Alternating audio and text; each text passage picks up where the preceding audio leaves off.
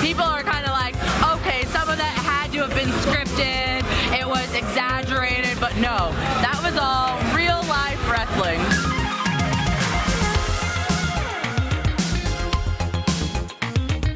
Hey guys, welcome back to another interview here on Toned In Entertainment. Today we're at CCW Bash at the Brew, and I'm joined by Freya The Slaya. How you doing, Freya? You know, I've been better. I don't know if you saw the match tonight, but that was bullshit. I was scheduled for a one-on-one. That's what the flyer said. Into a triple threat, so a little unhappy, I'm sorry. Because your promo, you cut a promo specifically for Marina Tucker. I planned for Marina Tucker. I did not plan for Ruthie. I did not plan for a triple threat. And so I not only need a rematch, I demand one. Oh, I think so, because now there is a new CCW Women's Champion. Yes. Ruthie J did take home the title tonight, so you got your eyes set on Ruthie J now. I have my set on whoever was in charge of making that match and Ruthie. Yeah, the nerve of whoever set that match up. Whoever let her squeeze her little tiny ass in there, we're gonna have words as soon as this interview is over. Because you ladies prepare a lot for the match that you have coming up. You get into a mindset. And it was not even announced before. It was like throwing a curveball right before the bell rang. The ring. Right. Yes. Wow. I'm glad you understand. Thank you. I'm on your side. I mean, you could kick my ass, right so I'm side. definitely on You're your on the side. right side. I'm definitely on the right side. Yes. Now, recently I had an acquaintance of yours on the channel, the Island Girl, TT. Yes. She was Not only an acquaintance, my cousin. So I asked her, what's the most bizarro thing that's ever happened to her in the wrestling ring? And she said one time she didn't put tape on her outfit and she had a little mishap. So what is the most bizarro thing that's happened to... Bizarro. Yeah. Ooh, I don't know about bizarro, but I've broken a collarbone in the ring. Okay. That was pretty bizarro. Ooh, I don't know, that's tricky. I guess wrestling, you're just ready for anything. No, you know what? I take that back. The most bizarro thing that's ever happened to me at Ohio Valley Wrestling, where the main place I wrestle, I was in a title on a pole match. Okay. And halfway through the match, while we're on the ground fighting, the title crashes into the ring, falls off the pole. So the ref climbs onto the top rope. He can't get it back connected. So we had a ref holding a title on the top rope match. So he's holding on to the pole, holding the title, and we had to go fight around him. But then I won it, and that was the very first time I won the OVW women's title. Wow, that was bizarro. That's something that's not ever thought. A title on a ref on a pole match.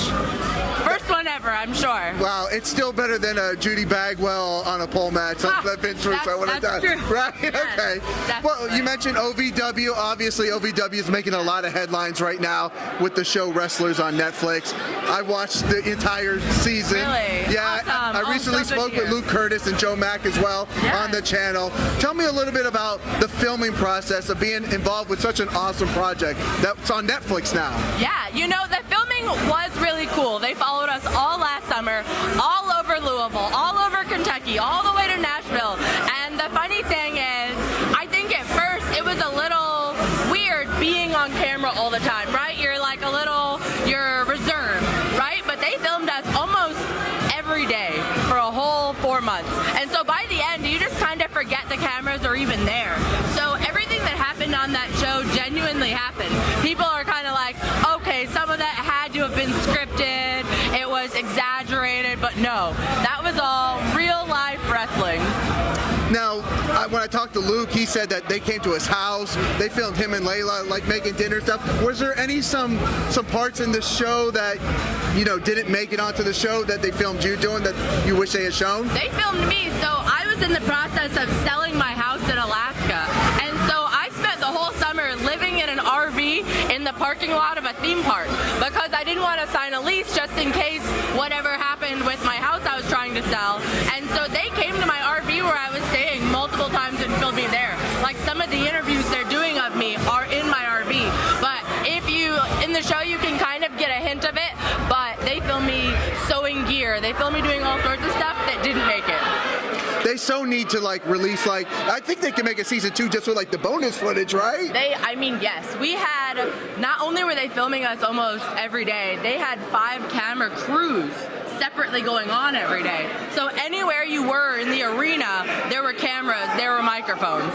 What would you say is maybe the best experience you got from being on the TV show? I think the best thing about it is, honestly, in wrestling historically, you don't let people behind the curtain, right? You are your gimmick. As soon as you walk through the curtain, that's the only thing that you let the fans in on.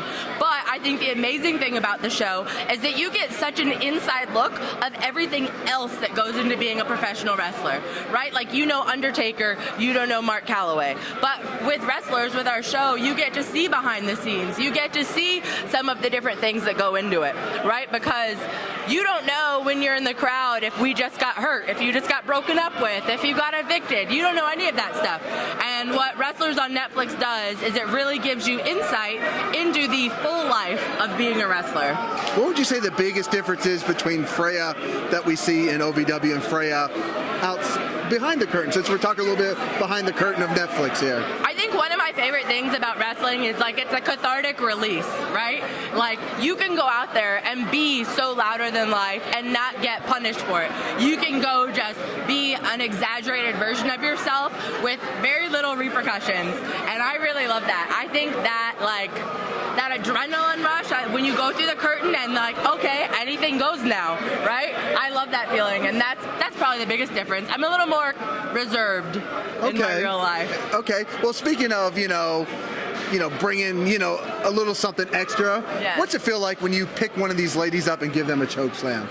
At this point, it feels great every time. Yeah. But it is nice. I just like being the bigger presence in the ring and being able to do a lot of those moves. Like a lot of my heroes in wrestling are people like Kane, Big Show, all the big motherfuckers who are chucking people around, and so I love that I get to be the person that does that.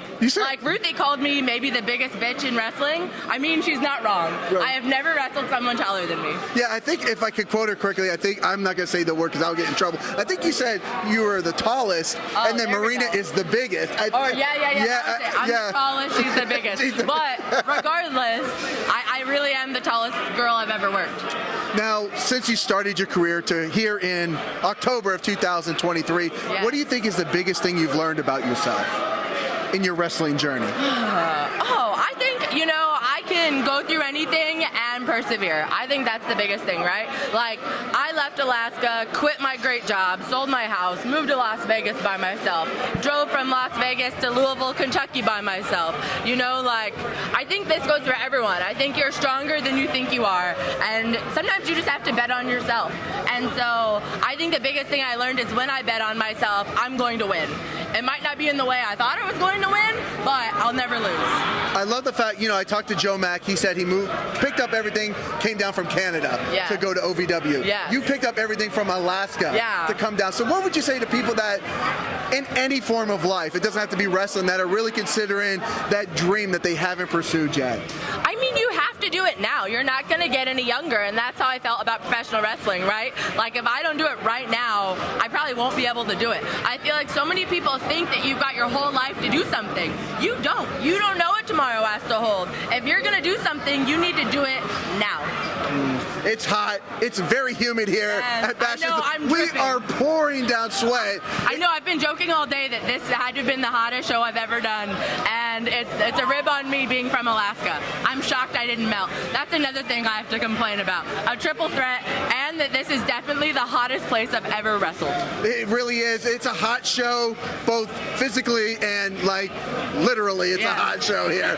Now, for people that haven't been to a CCW Bash at the Brew show, you've obviously wrestled a match here. Yeah. What are they missing out on? Oh man, this is such a lively, amazing crowd. I've wrestled for CCW, in Kissimmee, in Homestead, in Nashville, in LA, right? Like, I wrestled for CCW all over the United States, and this crowd is probably the hottest crowd, like, not literally, but also the loudest, the rowdiest, the most into it. And so if you haven't been to one of these Bash at the Brew shows, you're definitely missing out. I mean, come see CCW anywhere you can, but if you can make a Bash at the Brew show, You'll love it. It's hot in here. It's hot for sure. Yeah. Now, in addition to, you know, doing OVW, doing CCW, and traveling, you have done some work on AEW as well, too. Yes.